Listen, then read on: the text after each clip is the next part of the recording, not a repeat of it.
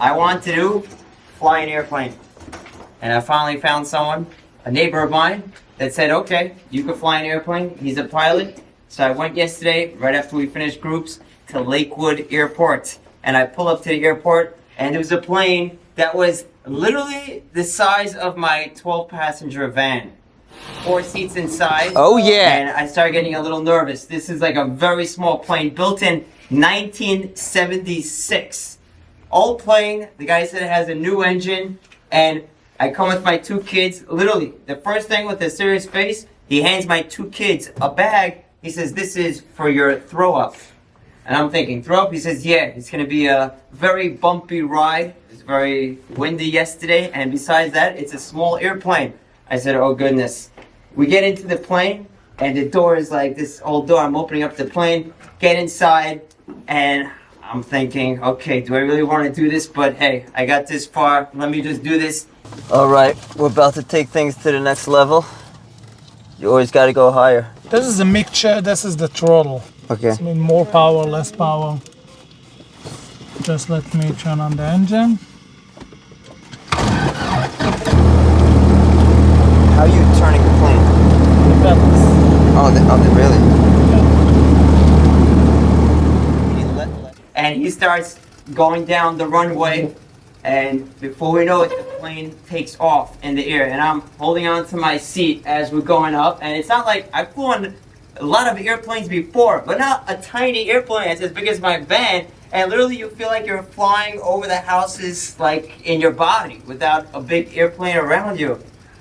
So we get 2,000 feet in the air, and then he says, okay, you're going to fly the plane now. I said, you sure? He says, let's go. So I grab the yoke with all my might, and I'm leaning forward like a little old lady, and I'm like, I don't get scared so easily, but I was nervous. We're flying over the Atlantic Ocean, and the only thing I could think about was that I don't want to be in that ocean right now. That's the last place. I'm not even swimming right now. And I was just holding on with all my might and turning the plane. And then he says, we're going to do a 360 now. I'm like, what? He said, we're going to do a 360. He says, let me show you. He starts turning around the plane. And literally, when you turn on these small planes, like your whole body is like flipping over. I said, oh my goodness. He says, okay, now you try it. I said, maybe we should head back to Lakewood Airport. He says, come on, try it. He says, you got to relax. He says, lean back in your seat, take your hands off the yoke. I said, what? Take your hands off the yoke, just hold on a little bit with one hand. He says, you know what? Let go completely, and he lets go. And he says, watch. Look, the plane's just going. And it was. The plane was just moving. There was gas in the plane, like when you press the gas pedal on a car. The throttle, it's called, it was just moving. And you don't have to move the plane. It just goes with the wind. And that calmed me down a lot. Like the plane just goes without you, and you're pretty much just making sure it stays good. And that taught me like such a lesson. Like it's much easier than you think. Flying a plane, I'm not saying you guys should all do it today, but it's a lot easier than I thought. And after 40 minutes, I was much better than when I started. I flew on, and then he puts on the GPS to fly back to Lakewood Airport, and I started following the GPS back to Lakewood Airport. I did a 360 in the air. Didn't do any cool stunts. Didn't throw down any candies onto any shuls from the airplane. But it got much easier to fly the plane after I realized that you don't have to do much. It's going without you. You don't have to do much. And then I realized in life is that it's so much easier to do things than we really think it is. I'll give you another example. I'm printing a book of mine of 39 stories, one-time stories over the past 3 years, stories with the workbook, and I wanted to self-publish it through Amazon. So I put it on to Amazon, and they're charging me $16 cost price to print a book because it's color, it's hardcover, and it's thick papers. $16, not so expensive, but I'm thinking if I sell it, I'm going to make so little money on it. So I spoke to Feldheim. They said they would print it in China. So I said, oh, I'll print it in China, but how am I going to get to printing place in China? I'm going to have to travel down to China. I'm going to have to find a contact in China. What, am I going to walk through the streets? Anybody know how to print books over here? You come right here, we show you. How am I going to do that?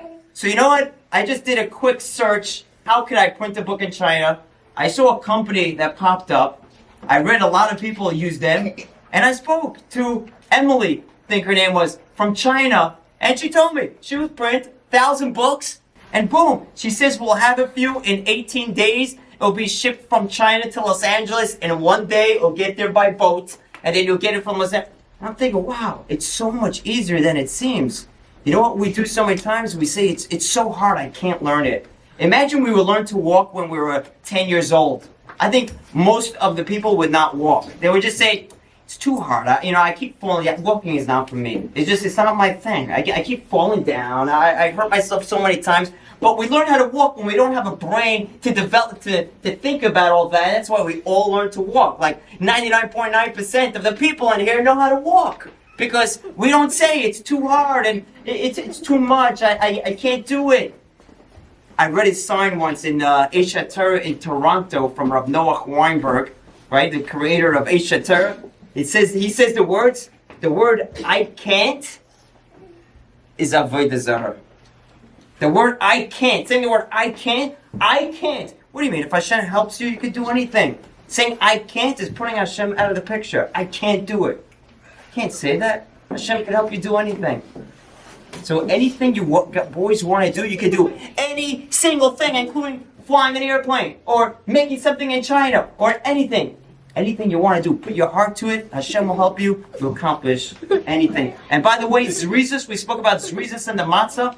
I think the one thing that holds us back from accomplishing things because it's too hard, I'm not going to start it. Know that it's much easier than you think, and you accomplish anything.